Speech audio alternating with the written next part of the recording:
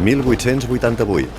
El nou monument a Colom saluda els milers de visitants d'arreu del món que arriben a Barcelona per conèixer els darrers avenços que s'estan presentant a l'Exposició Universal.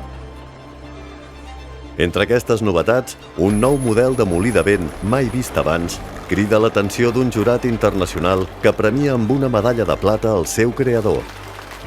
Un home completament disposat a canviar el món.